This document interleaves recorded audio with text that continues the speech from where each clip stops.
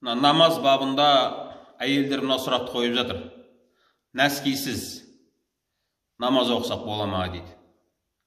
Ағайындар, әйел адамына нәскисіз намаз оқуға рұқсат етіледі. Бірақ мынау үстінен киіп тұрған киіміңіз тобықтан төмен жабатын болуы керек.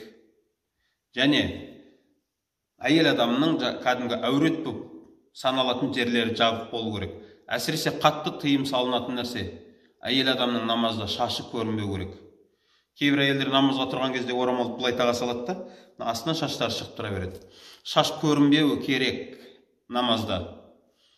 Осы нәрсені қол мысал үшін мына жерден ашып қойып намаз оқи беруге болмайды. Өйткені әйел адам әуреті сақинамен басталады. Осы жерге дейін жабық болу керек.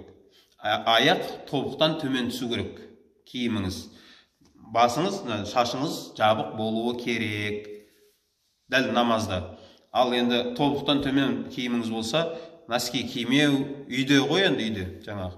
Нәски кимей оқу бұл ешқандай проблема емес ол.